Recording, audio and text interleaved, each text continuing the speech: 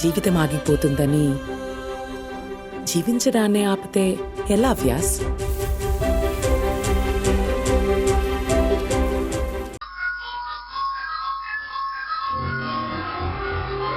మా మధు మోసం చేసే మనిషి కాదు, నలుగురికి మంచి చేసే మనిషి. ప్రాజెక్టుని సక్సెస్ చేసి నా ఇద్దరు కొడుకుల్ని రాజుల్లా నిలబెట్టాలని తను ఎంతో కష్టపడుతుంటే తన మీదే అబండాలు వేస్తావా? నేను ఎంత చెప్పినా నా మాటలు మీరు నమ్మడం లేదు కదా. ఓకే, నిజమేంటి అన్నది మీ కళ్ళతో మీరే చూసి నిర్ధారించుకోండి. అప్పుడు నేను చెప్పింది నిజమా లేక అబద్ధమా అనేది మీకే అర్థమవుతుంది. మీరు మధు రూంలోకి వెళ్ళి అన్ని చోట్ల చెక్ చేయండి. మీకు ఖచ్చితంగా ఏదో ఒక నిజం తెలుస్తుంది. ఎలా అయితే మీ అబ్బాయి యష్ పేరు వాడుకుని ప్రాజెక్ట్ స్కామ్ ఎలా చెయ్యాలనుకుంటుందో తన ప్లాన్ ఏంటో అన్నీ మీకు వివరంగా తెలుస్తాయి. ఏం మాట్లాడుతున్నావు? మా మధు యష్ పేరు వాడుకొని ఎందుకు మోసం చేస్తుంది? మధు కూడా అదే ప్రాజెక్టులో పనిచేస్తుంది కదా. యష్కి ఏదైనా నష్టం చేస్తే తనకి నష్టం జరిగినట్టే కదా. అలా ఎందుకు చేస్తుంది? చెయ్యదు, అస్సలు చెయ్యదు. అయ్యో దమయంతి గారు, ఎలా చెప్తే మీరు అర్థం చేసుకుంటారు? మీ మధు యష్ పక్కనే ఉంటూ గోతులు తీస్తుంది. అసలు మధు మీ ఇంటికి కోడలుగా వచ్చిందే మీ ఆస్తి ఐశ్వర్యం కోసం. నేను చెప్పిన ప్రయత్నం చేస్తే ఏమవుతుంది? మధు మంచిదా చెడ్డదా అన్నది మీకే తెలుస్తుంది. తను చెడ్డది కాదు అని తెలిస్తే మీకు సంతోషమే కదా. ఆలోచించుకోండి. ఉంటాను.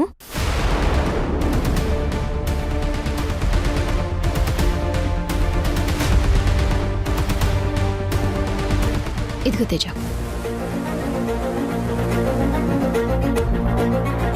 అత్తయ్య, నాకు తేజకి బయట చిన్న పనుంది. మేము వెళ్ళి వెంటనే వచ్చేస్తాం. మీరు భోజనం చేసేయండి. అలాగే అమ్మా, మీరు జాగ్రత్తగా వెళ్ళిరండి. అలాగే అత్తయ్య, వస్తాం.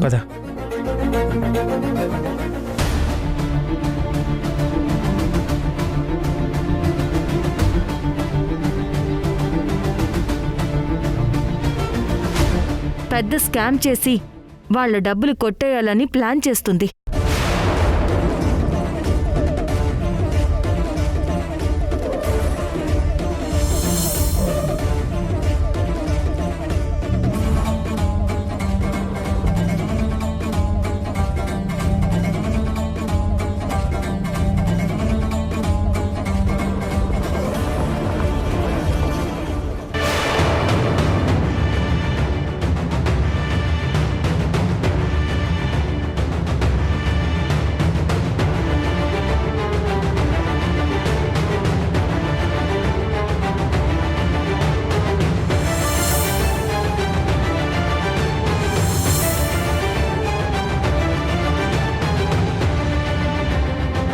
దీని పాస్వర్డ్ ఏమై ఉంటుంది? మధు పేరే పెట్టిందా? తేజ పేరు పెట్టుంటుందా?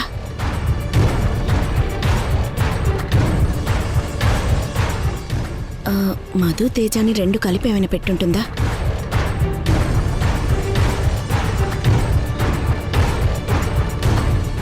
ఛా!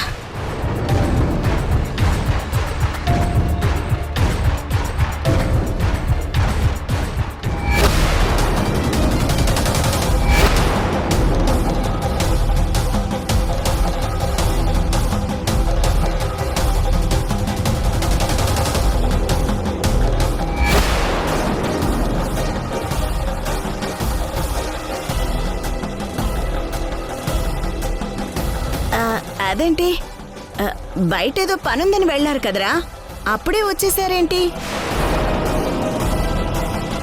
అత్తయ్య, నా ఫోన్ మర్చిపోయాను. అది తీసుకుందామని వచ్చాను. అవునమ్మా.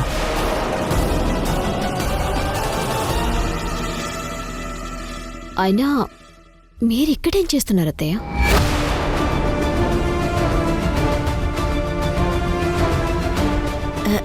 ఏం లేదు మధు, ఊరికే వచ్చాను. నేను వెళ్తాను. ఒక నిమిషం అత్తయ్య. మీరు నన్ను ఇంకా అనుమానిస్తూనే ఉన్నారు కదా. మా రూమ్ వాతావరణం చూసిన తర్వాత నాకు క్లియర్గా అర్థమైంది అత్తయ్య. చాచా, నేను నిన్నెందుకు అనుమానిస్తాను? నువ్వు ఆల్రెడీ నా అనుమానం తీర్చేశావు కదా. ఇప్పుడు నీ మీద నాకు ఎటువంటి అనుమానాలు లేవు మధు. నిజంగా నా మీద మీకు ఎలాంటి అనుమానం లేకపోతే ఎందుకత్తయ్య ఈ ఫైల్స్ ని ల్యాప్టాప్ ని ఓపెన్ చేసి చెక్ చేస్తున్నారు?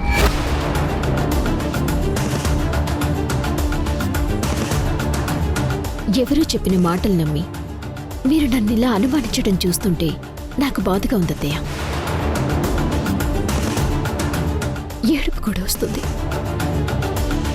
నా విషయంలో ఎంతో మంచిగా ఉండి మిమ్మల్ని ఎవరో బాగా ఇన్ఫ్లుయెన్స్ చేసి మీ మనసుని మీ ఆలోచనలని మ్యానిపులేట్ చేస్తున్నారు. మీ దృష్టిలో నేనొక చెట్టుదానిలాగా మోసగత్తెలాగా చిత్రీకరించాలని ట్రై చేస్తున్నారు. అది కదమ్మా, నేను చెప్పేది విను. మధు, అది కదమ్మా, నేను చెప్పేది విను. అత్తయ్య, నేను కష్టపడుతుంది నా కోసం, నా భవిష్యత్తు కోసం కాదు, మీకోసం, మీ ఇంటి కోసం, మీ అబ్బాయిల కోసం. నిజంగా ఇందులో ఇంకా నా స్వార్థం ఏదైనా ఉంది అంటే, నిజంగా ఇందులో నా స్వార్థం ఏదైనా ఉంది అంటే అది ఈ ప్రాజెక్ట్ ని సక్సెస్ చేసి మీ పెద్ద కోడలిగా మీ దగ్గర మంచి పేరు తెచ్చుకోవాలన్నదే నా ప్రయత్నం అత్తయ్య. అంతే.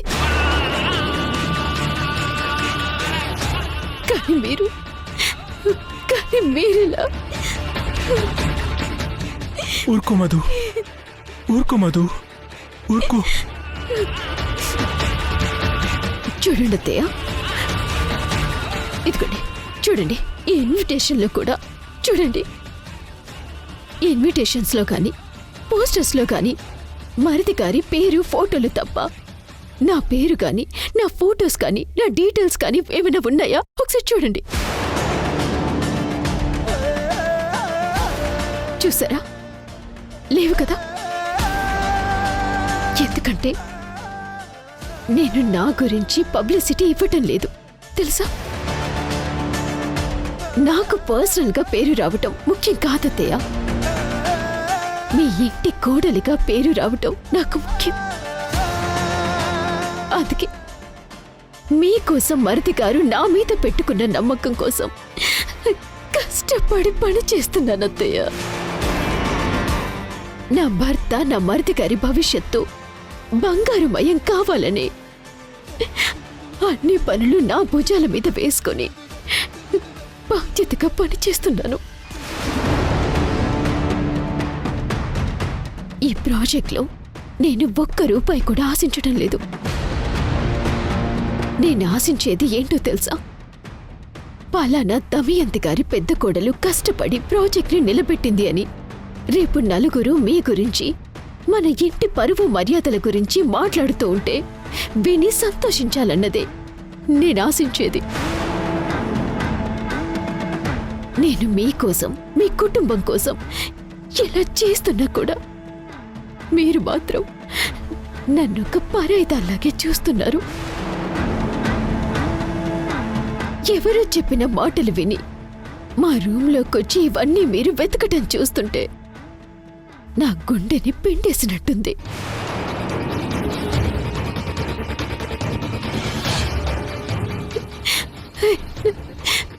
నేను మీ మీద పెంచుకున్న అభిమానాన్ని మీ అనుమానం చంపేస్తుంది అత్తయ్య.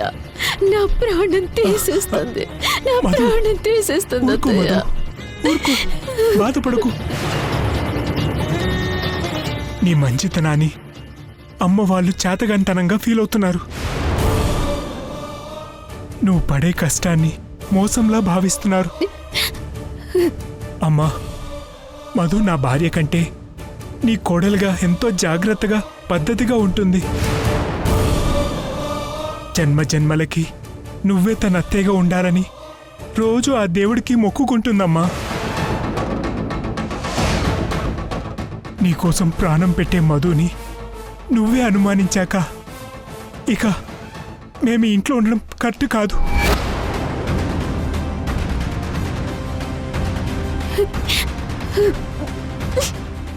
మేం వెళ్ళిపోతామమ్మా, మేం వెళ్ళిపోతాం. పద మధు, మనం వెళ్ళిపోదాం, పద. ఆగు తేజ, అసలు నువ్వేం మాట్లాడుతున్నావో నీకు అర్థం అవుతుందా? దేవత లాంటి అత్తయ్యని ఇలాంటి టైంలో వదిలేసి ఎలా వెళ్తాం? మనం నిజంగా వెళ్తే ఆ దేవుడు కూడా మనల్ని క్షమించడు తేజ. ఎవరో ఏదో చెప్పారని నన్ను అనుమానించారు. అది అత్తయ్య తప్పు కాదు. అత్తయ్యని తప్పుదోవ పట్టిస్తున్నారే, వాళ్ళది తప్పు. అత్తయ్య నాకు తల్లితో సమానం. తల్లి బాధలో ఉంటే వదిలేసి ఏ కూతురు మాత్రం వదిలేసి వెళ్ళిపోతుంది చెప్పు తేజ? నీ మూర్ఖత్వం వల్ల మనం వెళ్ళిపోయామే అనుకో, ఆ తర్వాత అత్తయ్య ఎంత బాధపడతారు. ఎవ్వరూ తోడు లేక ఈ తల్లి మనసు ఎంతలా విలువెల్లాడిపోతుంది. అదంతా నువ్వు ఆలోచించావా? అత్తయ్య, తేజ మాటలు మీరేం పట్టించుకోకండి. మిమ్మల్ని వదిలి మేము ఎక్కడికి పోము. మీరు తిట్టినా సరే, నన్ను కొట్టినా సరే, నన్ను చంపేసినా సరే, మీరంటే నాకు ఇష్టం, ప్రాణం, అంతే. మిమ్మల్ని ఈ సిచ్యువేషన్లో వదిలిపెట్టేసి మేము ఎక్కడికి వెళ్ళవద్దయ్యా. చూసావమ్మా, మధుకి నువ్వంటే ఎంత ప్రేమో. ఇలాంటి మనిషినా నువ్వు అనుమానిస్తుంది? తేజ, నువ్వుండు. ఇప్పుడేంటత్తయ్య, ఈ ల్యాప్టాప్లో ఏముందో మీరు చూడాలి, అంతే కదా? దానికి పాస్వర్డ్ కూడా మీ పేరు పెట్టాను.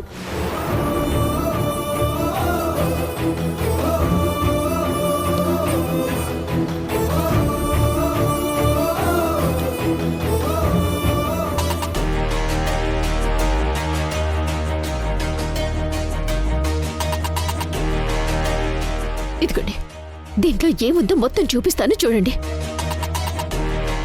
దీంట్లో ఏముందో మీకు మొత్తం చూపిస్తాను చూడండి. అయ్యయ్యో, మధు మధు, ఏంటి మధు, నువ్వేం చేస్తున్నావు? మా అమ్మ ఏదో నిన్ను అలా అనుమానించిందని నువ్వు కూడా ఇలా ఫూలిష్గా బిహేవ్ చేస్తావేంటి? ఇప్పుడు అమ్మ నిన్నేమైనా డీటెయిల్స్ అడుగుతుందా?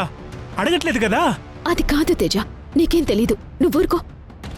అత్తయ్యకి మన తప్పు ఏమీ లేదని తెలియాలి కదా. మీరు చూడండి అత్తయ్య, మీరు చూడండి అత్తయ్య. అయ్యో మధు, మా అమ్మ మాట కటువుగానే ఉంటుంది గాని మనసు మాత్రం చాలా వెన్న. తనన్నదని నువ్వేం బాధపడకు మధు. నువ్విలా పిచ్చి పిచ్చిగా ఏం బిహేవ్ చేయకు. లే తేజ, అత్తయ్యకి చూపించాల్సిందే. అత్తయ్య మధు, చూడండి, చూడండి అత్తయ్య.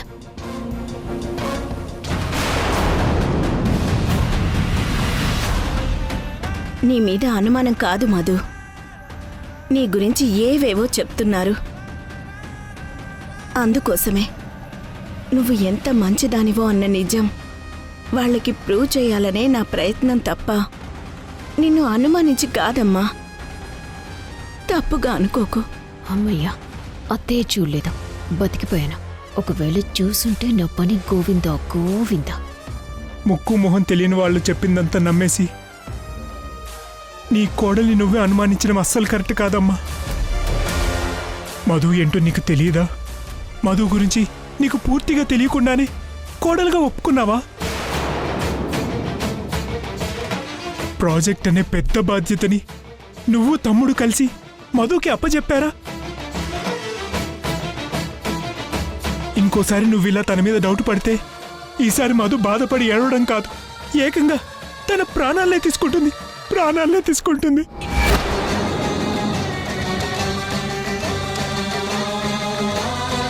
రే, అది కాదురా తేజ, వాళ్ళు ఎవరో. అత్తయ్య, మీకు తప్పుడు సమాచారం ఇస్తుంది ఎవరో నాకు చెప్పండి అత్తయ్య. వాళ్ళ సంగతి నేను తేలుస్తాను. చెప్పండి అత్తయ్య. అవునమ్మా, చెప్పు.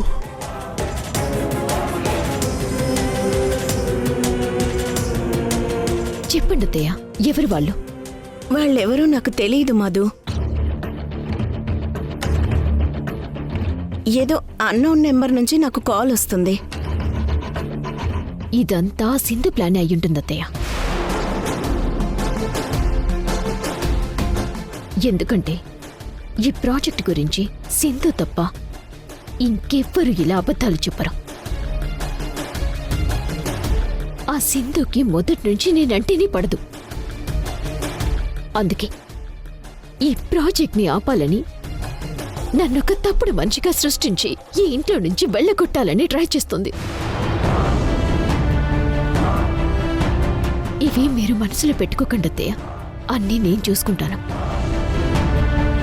మీరేం టెన్షన్ పడకండి, ధైర్యంగా ఉండండి.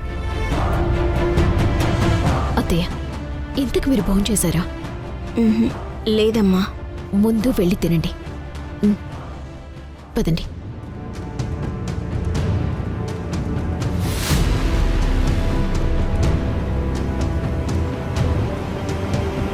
అమ్మయ్యా, అయ్య బాబోయ్. తేజ, సమయానికి నువ్వు కూడా సేవ్ చేసావు.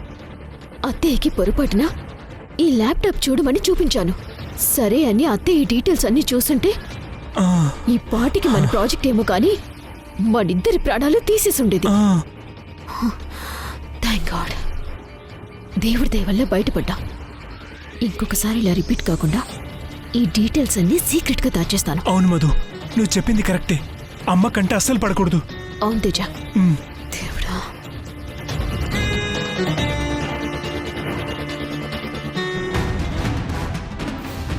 ఈ పాటికి అత్తయ్య మధు రూమ్ అంతా వెతికే ఉంటుంది. అత్తయ్యకి ఏదైనా ఆధారం దొరికితే బాగుండు. లేదంటే ఈ ప్రాజెక్ట్ని ఆపడం చాలా కష్టం.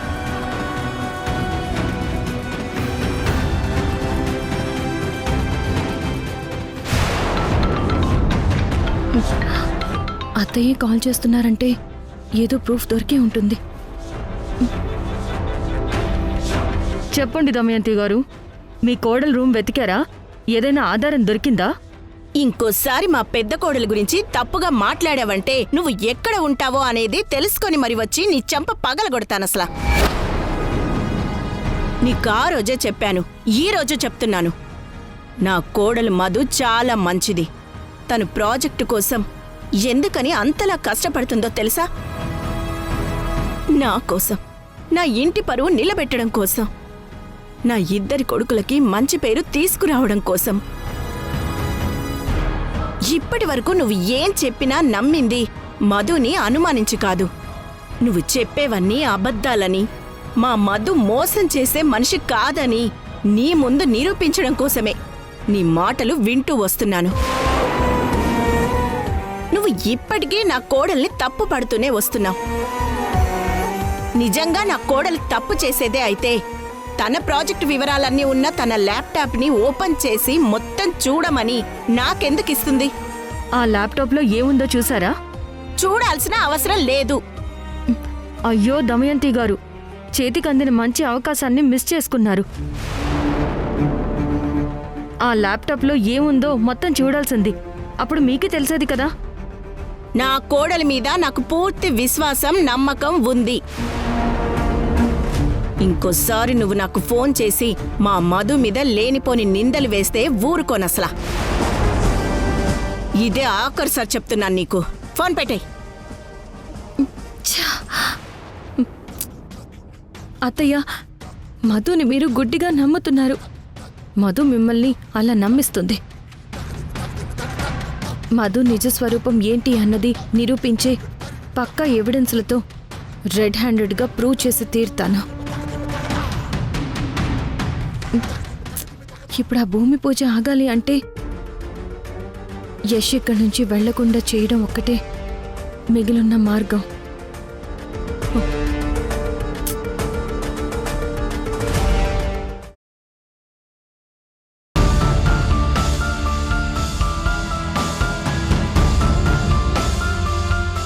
మధు, ఏంటి అంత డీప్గా ఆలోచిస్తున్నావు? దేని గురించి? మన ప్రాజెక్ట్ని ఎలాగైనా సరే ఆపాలని ఎవరో చాలా గట్టిగానే ట్రై చేస్తున్నారు తేజ. నా మీద స్పై కూడా చేస్తున్నారు. నా గురించి బ్యాడ్గా చెప్పి మీ అమ్మని నమ్మిస్తున్నారు. అందుకే అత్తయ్య ఇందాక మన రూమ్కొచ్చి అన్నీ సోదా చేశారు. నా మీద అత్తయ్య మనసులో ఉన్న అనుమానం పోవాలని కావాలని నేను పాస్వర్డ్ ఓపెన్ చేసి మరీ ల్యాప్టాప్ అత్తయ్యకిచ్చాను. నువ్వు నేను కలిసి చేసిన ఓవర్ డ్రామా వల్ల అత్తయ్య నన్ను నమ్మి ల్యాప్టాప్ ఓపెన్ చేసి చూడకుండా తిరిగిచ్చేసింది. అదే ల్యాప్టాప్లో మొత్తం చెక్ చేసుంటే ప్రాజెక్ట్లో మనం ఎలా స్కామ్ చేస్తున్నది, పబ్లిక్ డబ్బుని మనం అకౌంట్లోకి ఎలా మళ్లిస్తున్నామన్నది మొత్తం అత్తయ్యకి తెలిసిపోయేది. అప్పుడు మన పరిస్థితి ఏంటి? ఊహించుకోవటానికే భయంగా ఉంది. నిజమే మధు, మనకు పెద్ద గండమే తప్పింది. ఇక నుంచి మనం చాలా జాగ్రత్తగా ఉండాలి తేజ. ముందు ఆ స్పై ఎవరన్నది త్వరగా కనిపెట్టాలి. లేదంటే మనం అనుకున్నది ఏది జరగదు. మధు, ఇదంతా ఆ సింధువే చేస్తుందేమో. నేను కూడా అదే అనుకున్నాను తేజ.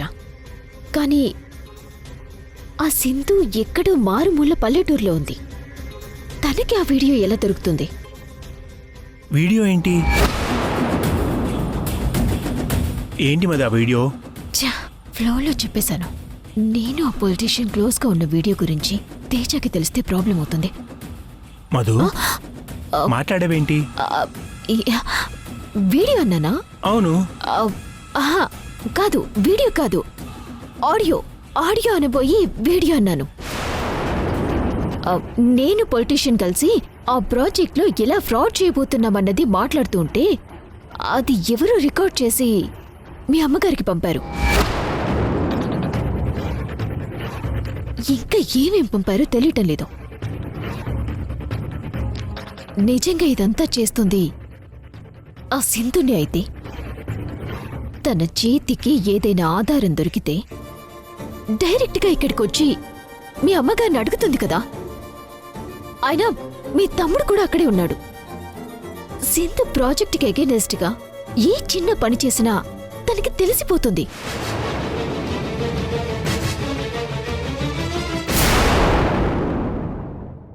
మరిది గారు బెంగళూరుకి వెళ్ళలేదు, ఆ విలేజ్కి వెళ్ళారు. బెంగళూరు హోటల్లో ఉన్నానని చెప్పి నన్ను మోసం చేస్తావు కదా. నువ్వు వెంటనే బయలుదేరి ఇక్కడికి రావాలి. లేకుంటే నీకు ఈ తల్లి లేదనుకో. నేనేదైతే మా అమ్మకి తెలియకూడదు అనుకున్నానో అదే తెలిసిపోయింది. ఒరే, మీ అమ్మ అలాగే మాట్లాడుతుందిరా. తన మాటలేమీ పట్టించుకోకు. ఈ ఒక్కసారికి తన మాట విను యష్. నేను వెళ్ళి తీరాల్సిందే.